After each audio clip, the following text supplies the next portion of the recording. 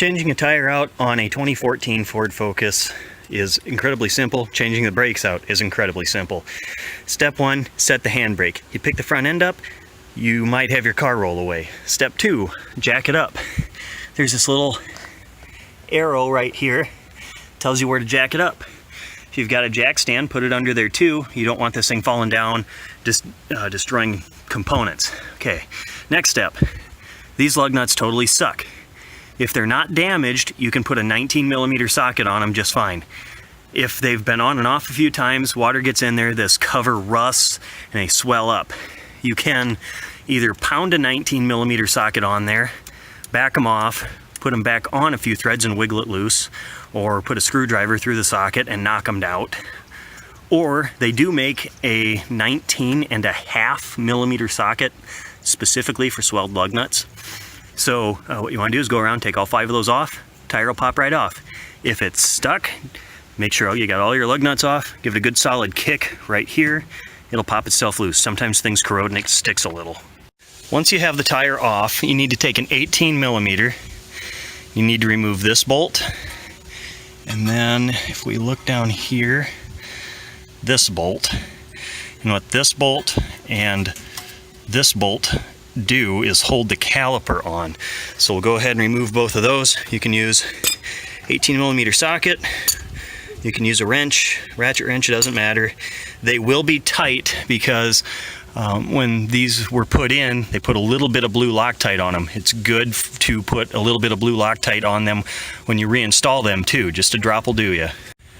Something that might happen while you're doing this is you might find one of these caps on the ground, and the reason that happens is they go in here on the top and the bottom.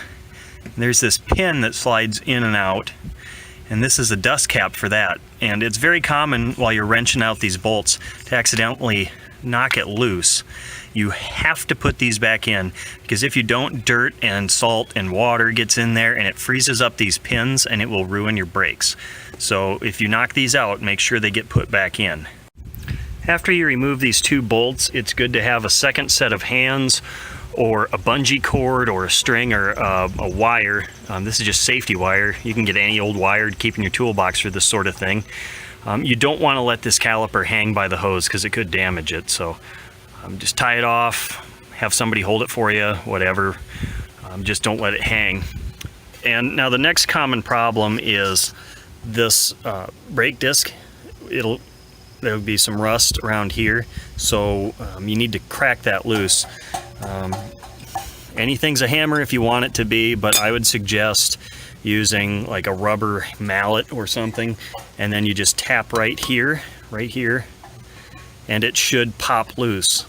The other thing you can do is if you take a propane torch or a MAP gas torch and you heat up around here a little bit, that can also help pop it loose, but that's kind of a last resort thing. You don't really want to do that because you could cook the bearing inside here or accidentally burn up your CV boot if you're not careful with the flame. Under most circumstances, you can just kick it a little bit or tap it right here with the hammer and it'll pop loose. Once you've got it tapped loose, and you might have to tap the back, tap the front, tap the back, tap the front. You might even have to rotate it and hit 180 degrees from there. But anyway, once you get it knocked loose, you can pull your brake disc off. And what you're going to want to do is take a wire brush or a little bit of sandpaper and just clean this up here, because all that rust and corrosion there is what made it difficult to remove in the first place. Okay, now I'll attempt to do this one-handed, but you just get a pair of needle nose pliers right underneath here, and you just pull that up. It's a lot easier with 2 hands, but I'm trying to film, so you just pull that up and then it'll pop off. And what this clip does is it keeps pressure on this brake pad to keep it in place, keep it from rattling. If you buy a good brake kit, it should come with a new one, tension clip in it. If you buy a cheap brake kit, it's not going to come with this. So then this pad will come out, and as you can see, that pad's gone. There's usually a line in the middle to show the amount of wear that's left on it, like this. once that slot is gone, you should be replacing it. So I'm a little past that point here, but I mean, there's still plenty of brake pad on there. It's just an indicator that you're getting close and you need to think about replacing them. Now the back one actually has a spring in it, like this. And what that does is it keeps that pad from rattling around in the piston. So I'll show you how to remove that one too. If you're not saving these, it really doesn't matter, but you know, you just get something in there, pull on it a little bit. Again, it's a lot easier with two hands. Another thing you can do is go from the back and tap it, just like this, and then tap that and that, and it'll knock that pad right out of there. I can't do it with one hand, so I'm just going to do that now quick. Other thing you're going to want to do when you're doing brake pads is you want to lubricate these pins. So this entire piece will come out and this part will separate. Now this is the part you want to support while you are working on it, because that's what has the hose attached to it. So support this, have someone hold it, pull this piece out, and it'll just come straight out. And then put just a tiny little bit of grease on these pins after you clean them. Just, you know, like touch your finger to the grease, just a light film over the pin. You don't want excess grease because it could lock up because of the pressure of the grease in there and not move. Also, lots of grease holds lots of dirt and that seizes those, so you don't want to do that. The next thing after you grease those is putting this piston back in there. Now I'll take this off and then show you that step. So I'm trying to hold this up with the pliers so it's not hanging by the hose, and trying to do it one-handed, but you just take a slip joint pliers and squeeze it and push that piston back in. Now the reason you do that is because your new pads are a lot taller than your old pads, so you need that space to be able to get this back together. So once you do that, go ahead and put a little dab of grease on these pins and then slide them back into those holes, and then we can reassemble. It's easiest if you put this pad in first inside there, and what you need to do is this hook here matches that tab, so you want to slide that in there. That hook goes in there, and then the spring goes in there. So if you put it in this way and kind of rock it in, like put the spring in that side and then click it in like that, that usually works. This is something you need two hands for, so I'm not going to be able to show you, but I'll show you the next pad once I get this one in. Alright, with that one in there, this pad just gets set in there real easy. Now make sure you're not putting them in like this. I've seen people do it. It instantly ruins the pad, the rotor, everything you've just done. So make sure the brake material side is going towards the disc. The metal backing plate should not touch the rotor. So that goes in there. And then again, I need two hands for this, but then we will reinstall the clip. Alright, I've got my assistant little buddy cameraman helping, so we can put this back on.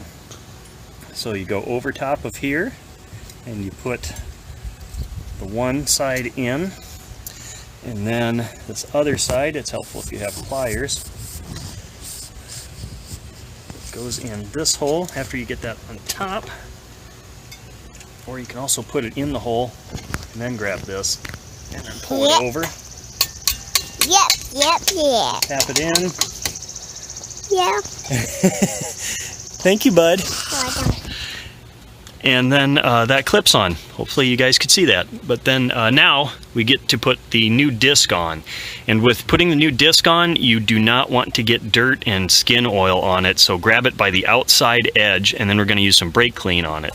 I cleaned the backside off before I put it on, and I use regular old brake clean. There is a non-chlorinated version, which is a little safer, especially if you're using it on stuff you're welding. But you just want to give it a little spray and then wipe it off, because there's manufacturing oils on this when you get it, and there's it has like a rust inhibitor in it, so it stays nice and clean. You need to take that off before you actually drive your car, or it's going to turn into a mess. Another thing is if you get your skin oil on it or other oil, it can create hot spots, which make it hard, and then your brakes wear weird and they squeak, so you want them as clean as possible before you finalize assembly and put everything back in and drive. Next, we can take this wire or whatever off, put this caliper back on here, and again, make sure you squeeze that piston back in there. So this will slide over, and then we'll put the 2 bolts back in the back that we took out earlier, and then I will show you the next step. Just 1 little drop of blue Loctite on each of those bolts.